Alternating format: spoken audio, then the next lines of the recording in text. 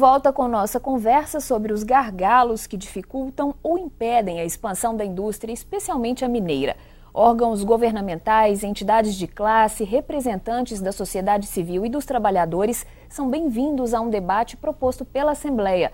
No Parlamento foi aberto um fórum para analisar as dificuldades do setor. É a Frente Parlamentar da Indústria Mineira. A frente foi lançada com a presença de empresários do Estado. Eles afirmam que o produto nacional não consegue competir com o importado, o que vem causando prejuízo cada vez maior a muitos setores produtivos.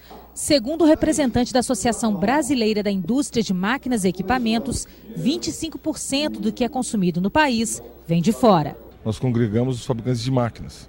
E os nossos clientes, que é a indústria em geral como um todo, ela vem perdendo competitividade no país. Eu diria que o principal responsável por isso é o nosso câmbio, o real extremamente valorizado. Nós temos efetivamente de caminhar lado a lado com os parceiros para ter o canal de comunicação com o governo federal, com o governo estadual, com as instituições, de uma forma muito vigorosa. Estamos vendo aí os empresários numa situação de desânimo. A Frente Parlamentar tem adesão de pelo menos 40 deputados que irão fazer audiências públicas para ouvir trabalhadores e empresários.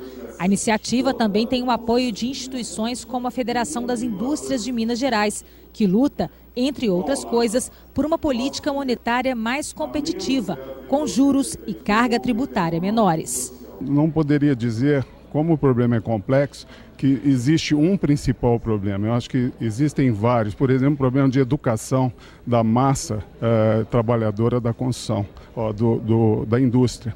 Eu acho que a Assembleia tem muito a contribuir para trabalhar em todas essas frentes. Todos nós, a Assembleia de Minas e o setor empresarial, tem que buscar ativamente e com muita força o aumento da produtividade das nossas empresas. Nós sabemos hoje que existe uma carga tributária muito forte. Isso acaba inibindo novos investimentos e, por conseguinte, a geração de emprego, geração de renda. Nós ouvimos o representante da FIENG dizendo justamente em relação à educação. E no bloco anterior nós falamos que íamos discutir agora justamente essa baixa qualificação dos profissionais. Como que isso afeta uma indústria no dia a dia, deputados? Eu queria dar um exemplo lá da minha cidade, Betim. A Fiat, em 1976, através do ex-governador Rondon Pacheco, levou a Fiat Automóvel Betim e que realmente proporcionou todo esse desenvolvimento que a cidade pôde colher nesses anos que sucederam a instalação da Fiat e das suas subsidiárias. Mas Betim passou por um momento de 76, até bem pouco tempo, um problema gravíssimo. Quando a Fiat veio para o Brasil, aí o que se imaginava? Que ali era o grande Eldorado e que ia gerar emprego para todo mundo. E na verdade nem o pessoal de Betim estava qualificado e nem esse pessoal que vinha de fora também estava qualificado. Aí o que ocorreu? Um crescimento desordenado, com a construção de várias favelas, que ao longo do tempo a renda que a Fiat pôde proporcionar para Betim e para o Estado ajudou a corrigir todos esses problemas que Betim enfrentou, da falta de saneamento, do investimento na saúde, na educação, na segurança, mas aí nós não tínhamos a escola técnica profissionalizante. Quando prefeito de Betim, até 1992, eu tive a oportunidade, no último dia de governo, dia 31 de dezembro de 92, ao lado do nosso saudoso Zé Alencar, que era o presidente da FIENG Minas Gerais, de inaugurar a primeira escola técnica profissionalizante de Betim, que começou a gerar essa oportunidade e que começou a diminuir esse problema do desemprego em Betim, porque ali para a Fiat chegava vários e vários ônibus de pessoas de fora que tinham qualificação, em detrimento do nosso povo que morava no município, que não tinha qualificação. Então a qualificação ainda hoje é um problema muito sério, que durante muitos anos, o próprio setor educacional entendia que essa qualificação era muito momentânea, que só atendia regionalmente, ou Betim, algum parque industrial, e evitou-se de fazer esse tipo de qualificação. Ainda bem, de pouco tempo para cá, eles entenderam que hoje o ensino técnico profissionalizante está mais valorizado que o ensino superior. Não que a pessoa não tenha que fazer o ensino superior, mas hoje ele faz o ensino profissionalizante, ele tem a possibilidade de conseguir uma vaga de imediato, estando trabalhando, ele mesmo vai bancar o seu estudo na faculdade, e o que tem gerado uma melhor qualidade, ajudado na competitividade. Então acho que o investimento nas escolas técnicas profissionalizantes, é fundamental, principalmente nessas regiões das cidades polos, onde concentra esse maior número de empresas que dependem dessa mão de obra qualificada. Vai este exemplo, eu gostaria também de citar o nosso sul de Minas, particularmente Santa Rita do Sapucaí, que é o polo hoje de referência nacionalmente eletroeletrônico. É o nosso Vale do Silício. É o Vale do Silício, muito bem lembrado.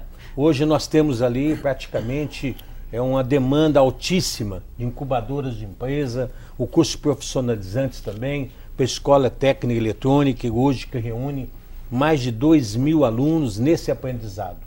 E particularmente naquela região tem contribuído de uma forma muito efetiva, não somente para Minas, como para todo o Brasil.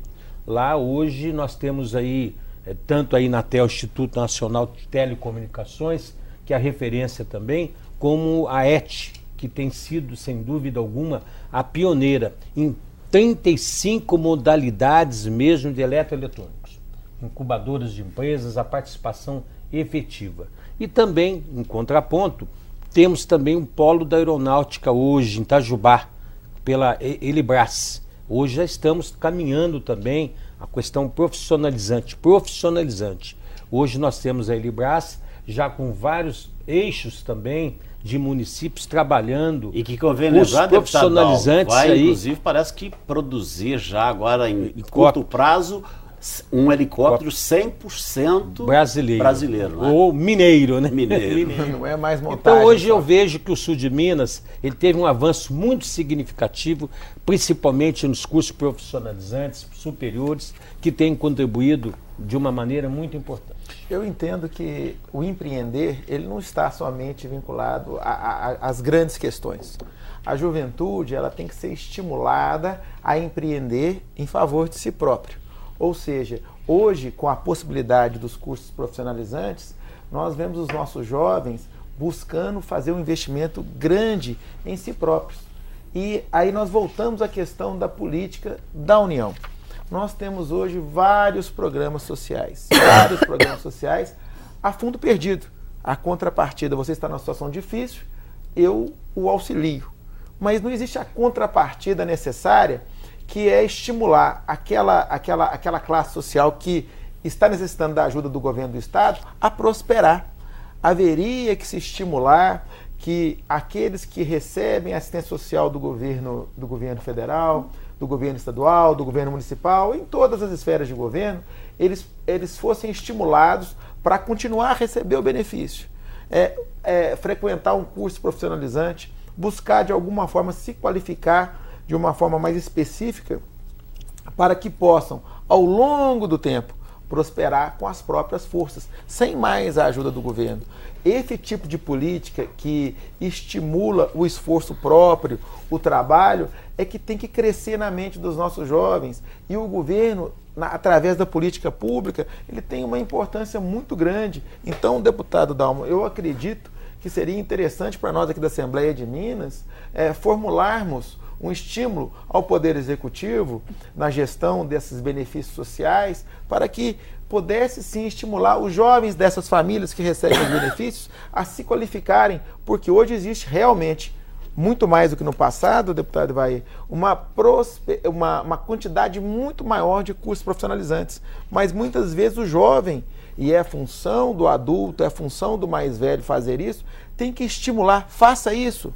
Isso vai ser bom, o futuro, apontar o futuro para o jovem. Agora tem uma outra questão aí também que eu acho que a gente precisa considerar, é que o nosso modelo de ensino, ele não prioriza o talento do estudante. Ou seja, nós temos um modelo engessado de ensino que infelizmente está fazendo com que uma pessoa, por incrível que pareça, Natália, saia de uma faculdade sem ter aprendido. Por quê? Porque não foi dada a ela a oportunidade de mostrar o talento que ela tem, ou de propor até, eu certa vez falei isso aqui, sair da teoria para a prática, exatamente, né? Alguém até criticou quando eu falei, mas eu acho que o nosso modelo de seleção hoje para os cursos deveria ser baseado no talento da pessoa, porque é comum vermos uma pessoa frequentar uma faculdade, ela termina a sua faculdade e ao final ela diz assim, eu não vou atuar nessa área. Não era isso que eu queria. Não era isso que eu queria. Ou seja, ele passou 5, 6 anos assentado num banco de faculdade, ou mais de 20 anos nas escolas, não é, ao longo da vida, para chegar à conclusão, lá no grau mais alto que ele conseguiu chegar, que não é aquilo que ele quer fazer. Que não tem o teste, né, para ver qual então, que... Então nós temos um modelo engessado que eu acredito que precisa mudar para priorizar o talento e não aquilo que a bula está dizendo que o aluno vai ter que estudar. Você pega, por exemplo, me impressiona muito, e há tempos atrás eu fiz um mergulho nessa situação, a Coreia e o Brasil, nos anos 60, tinham uma situação muito parecida em termos de salário. Não, mas era muito parecido, o mesmo PIB, aquela coisa assim, sabe, uma condição desfavorável muito igual. O que aconteceu nos anos 60? A história bifurcou. A Coreia pegou na bifurcação e priorizou a educação, ao ponto de um professor na Coreia não poder pensar no segundo emprego porque ele ganha muito bem. O Brasil, ao contrário, priorizou mais 3 turnos para poder sobreviver. Então, o Brasil não priorizou a educação. Não se preparou. Veja hoje a situação da Coreia e veja a situação do Brasil. No polo automobilístico mesmo, na questão automobilística. A Coreia hoje domina o mundo. Era o japonês que estava dominando. Hoje é a Coreia com seus automóveis de altíssima qualidade, com uma economia tranquila, entendeu? Com muita eficiência, mas por quê? Porque a educação foi a prioridade e feita de uma forma coerente, de uma forma inteligente. Se nós não pensarmos também... Essa é uma medida que tem que ser tomada. Se o Brasil não priorizar a educação, mas não é só pensar, vamos investir 25% obrigatoriamente na educação. Vamos investir tem que ter um ensino de tempo integral, tem que valorizar. Né? Você falou o negócio do helicóptero, eu estava lembrando. A Fiat usa algumas vezes aí para atender demanda em virtude dessa questão da mobilidade humana, contratando aviões e mais aviões para trazer peça aqui para atender de imediato. E eu entendo, que você como presidente, você já me disse isso, que dentro dessa avaliação da frente parlamentar em prol da indústria mineira, né, que nós vamos ter oportunidade lá no sul de Minas, né, lá na região do Vale do Silício, ir aqui na região da metropolitana e ouvir principalmente essas grandes demandas, essas sugestões, porque eu acho que a frente ela vai ter um papel preponderante para que nós possamos discutir e para que os nossos governantes possam enxergar que temos que tomar medidas urgentes aí, porque senão vai ser um fracasso. Aliás, parabenizar o deputado Dalmo Ribeiro por essa iniciativa e dizer que tem o privilégio de ter sido um dos signatários da criação dessa frente. Vamos falar, inclusive, deputado, um pouquinho de como vai funcionar a frente. Eu gostaria muito mesmo, aí aproveitando o ensejo, de contar muito com a participação dos senhores ativamente nesse nosso trabalho. Conforme nós manifestamos aí, essa frente será muito ampla. Ela terá uma participação aí com todo o segmento da sociedade, com os parlamentares.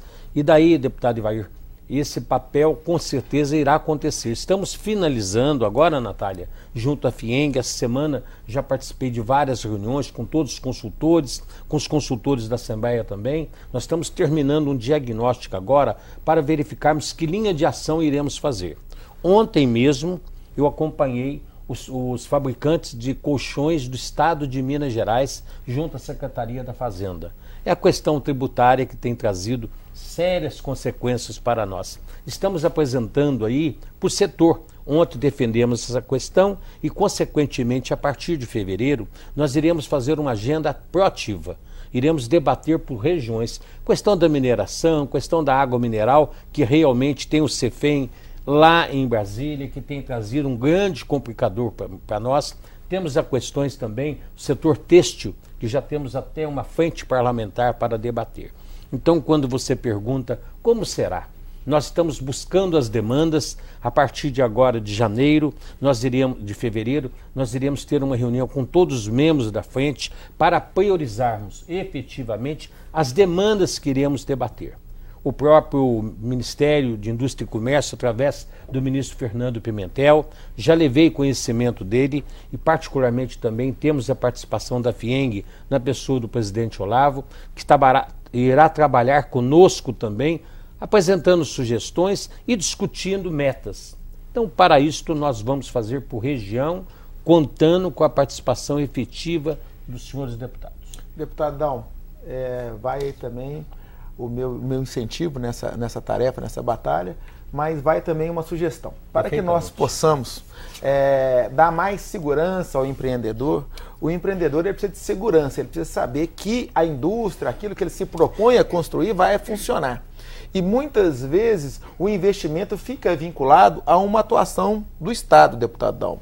Eu tenho trabalhado lá no meu gabinete na questão da antecipação tributária de investimentos em andamento. O que vem a ser isso? Eu vou montar uma indústria em determinado local e eu estou me propondo a investir um valor de 2 milhões de reais. E essa indústria que eu estou investindo 2 milhões de reais, ela vai gerar um faturamento X e vai gerar uma quantidade de impostos ao longo do tempo. Então, que essa antecipação de investimento de receita tributária, o próprio empreendedor ele possa investir em infraestrutura, porque ele tem mais controle. Ele não tem que esperar a transformação da rede elétrica, ele não tem que esperar a transformação da pavimentação, do acesso. Então ele antecipa. Ele mesmo já entra. Mas uma regulamentação, porque o próprio governo muitas vezes faz isso em favor do empresário, da indústria, mas de uma forma segmentada, de uma forma pontual. Nós vamos regulamentar, através do nosso trabalho e do esforço de todos nós, a possibilidade de que aquele que investe possa antecipar parte dos futuros impostos a serem recolhidos em infraestrutura. Dessa forma, o empreendedor ele não tem que esperar a atuação do governo do estado, do governo municipal. Ele mesmo pode alargar a sua estrada, ele mesmo pode fortalecer a rede elétrica, ele mesmo pode fazer a sua estação de tratamento de esgoto sem que seja necessário a atuação do Estado. Isso é feito em algumas questões de mega investimentos. Indústria de cimento, as grandes fábricas, os polos automobilísticos. O governo muitas vezes atua de forma a permitir que essas grandes indústrias, que esses grandes investidores, eles possam construir a infraestrutura e abater nos futuros impostos a serem recolhidos. Estamos trabalhando nesse sentido, mas logo no início do ano devemos apresentar o esboço à sua comissão, deputado Dalmo, e eu acredito que isso vai gerar uma eficiência muito grande e uma confiança para aquele que quer investir aqui em Minas Gerais, porque precisamos valorizar o empreendedor. A questão da cultura é uma questão que eu gostaria de falar, da cultura do brasileiro, um pouco antes de terminar o programa, é que o empreendedor brasileiro ele tem que ser valorizado. Não existe nenhum ícone do empreendedorismo aqui no país que nós nos lembremos assim com uma boa recordação. Recentemente agora tivemos essa situação desastrosa do Grupo X, do mega empresário, que Cavalo Paraguai foi até o meio e depois retornou. E nós não temos aqui um ícone no país, a cultura. Eu vou empreender e eu vejo que o empreendedor no Brasil, ele não recebe o apoio. Na Alemanha, se você decide que vai montar uma empresa, se você decide que não quer ser operário, se você decide que você quer ser empregador e não empregado, você recebe um veículo do Estado, o Estado paga a sua gasolina, você terá isenção de impostos por 3 anos para que o seu negócio dê certo. É essa cultura em favor da nova empresa que nós temos que aqui, através do nosso trabalho na Assembleia, construir. E a sua frente parlamentar, e a nossa frente parlamentar, então, muito obrigado por incluir, mas assim, certamente trazendo ideias efetivas. É o que nós queremos fazer. Efetivas. Em 93, recém-formado na UFMG, percebendo a dificuldade de empreender. O Estado não apoia. Vamos criar aqui condições em Minas para que o empreendedor seja bem-vindo. Fique aqui, se instale aqui e gere emprego aqui. E prospere. Você sabe o que é que me deixa um pouco triste, Dalmo, Xerém, Vair, Natália? É que faz mais ou menos 16 anos que eu saí do comércio e da indústria.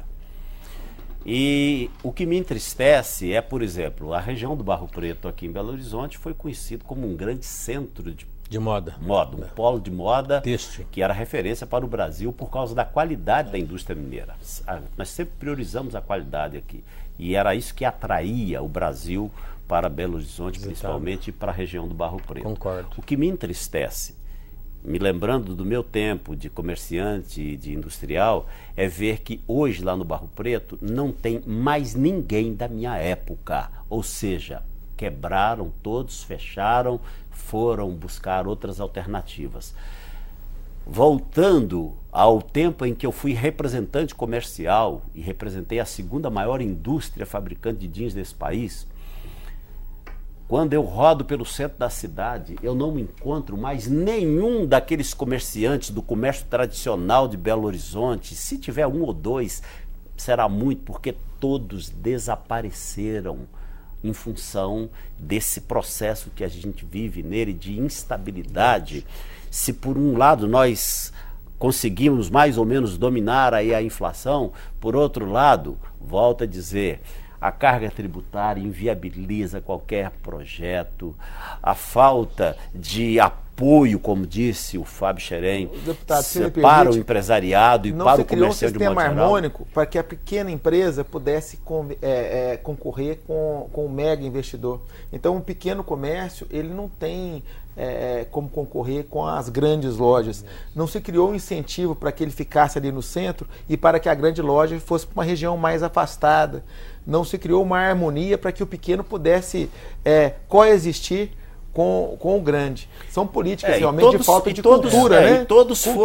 E todos foram engolidos, não é? Engolidos pelas nesse processo lojas. E assim como hoje, né, já falamos aqui, a China está engolindo o mundo dentro da proposta dela de invadir o mundo, e já invadiu, não tem lugar. Você chega nos Estados Unidos hoje, qualquer produto que você pegar e olhar o fundo dele, está escrito lá Made in China ou Made in China, né?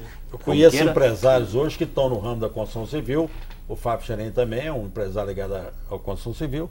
Quer dizer, as pessoas estão construindo, estão indo lá fora importando chuveiro, piso, material de um modo geral, com o preço 1/5 do que é vendido aqui. Então, num preço altamente compensatório, apresentando um material de alta qualidade, com um preço competitivo, colocando esse tipo de material em casas de baixa renda, que quando o cara chega lá, fala, poxa, com esse material aqui, incentiva até o cara a comprar. Então, hoje é impressionante, nós não vamos suportar o empresariado mineiro, não vai, nem o empresariado brasileiro, e é importante que a Assembleia, neste momento, através da comissão, com o apoio da FIENG, com o apoio dos demais segmentos aí, todos aí, possamos estar lutando, ouvindo e buscando do Estado um posicionamento para realmente diminuir essa carga tributária aí. Não é só nos colchões, não. Não. Os colchões é um exemplo que você deu. Né? Mas nós temos estamos vários numa segmentos situação complicadíssima. Ontem fomos aí para acudir uma emergência. Para verificarmos feita aqui em Minas, uma fábrica de cadeados. As questões todas. O que aconteceu com essa fábrica? Ela desapareceu. Além de concorrer com um produto chinês, era um produto chinês feito por presidiários, quer dizer, a mão de obra era gratuita. Qual é a possibilidade dessa indústria nacional enfrentando a carga tributária, a dificuldade de infraestrutura, criar aqui a sua família, prosperar, gerar emprego? E eu quero crer que a síntese de tudo que nós falamos aqui pode ser planejamento. Nós não temos planejamento para médio e longo prazo. Políticas públicas. Todo o nosso planejamento é imediatista, é micro-ondas. Todo o nosso planejamento é sempre para momentâneo, ontem, né? Para atender determinado setor rapidamente. Nós começamos falando, por exemplo, né, do gargalo para o transporte da nossa produção. Recentemente nós vimos aí uma matéria absurda falando da nossa hidrovia, que você tem a hidrovia, mas chega num determinado ponto onde foi construída ali uma barragem e uma... Como é que se dá o nome aquele processo que se enche a caixa para que o transporte transbordo? Possa... Não é transbordo, tem um outro nome, me fugiu agora. Mas, por exemplo, não construíram essa possibilidade de acesso daquele transporte hidroviário para prosseguir na sua viagem, porque não foi... Encerra por aí. No lugar onde construíram, mostrou a reportagem que quando o transporte chega na parte mais alta do rio, tem lá a margem cercada de pedras que não permite que a barca passe por ali, e que agora tem que ir lá e tirar toda aquela margem de pedra que vai custar 3 bilhões de reais para remover aquela margem de pedra. Isso não foi pensado antes. Ou seja, a balsa tem essa largura e a passagem é isso aqui. E agora, para dar passagem para ela, 3 bilhões para remover umas, sei lá quantas toneladas de pedra para que o transporte possa prosseguir, ou seja, não tem planejamento. Aliás, até falando no próprio caso de Belo Horizonte, vamos falar de coisa doméstica. Então, mas vamos falar rapidinho, que o nosso programa está no finalzinho. Vamos falar bem rapidinho, mas vamos pensar aqui agora. Antônio Carlos, vamos pensar Cristiano Machado, que foram reformadas e que se gastou ali uma fábula de dinheiro. Imediatamente após se quebra tudo de novo para construir o BRT. O que é isso? Falta de planejamento. E de bons projetos. Não se planejou, claro. E só para ressaltar aqui em favor de Juscelino Kubitschek, quanto prefeito de Belo Horizonte, ele havia planejado Antônio Carlos com 4 pistas de cada lado, mas a Câmara de Vereadores não aprovou. Tá certo, senhores. A gente agradece mais uma vez a presença de todos aqui no estúdio. Agradecemos também a você daí de casa que acompanhou essa discussão, e todos os detalhes sobre o programa você encontra no site da Assembleia, no canal da TV Assembleia. A gente espera por você no próximo programa. Até a semana que vem.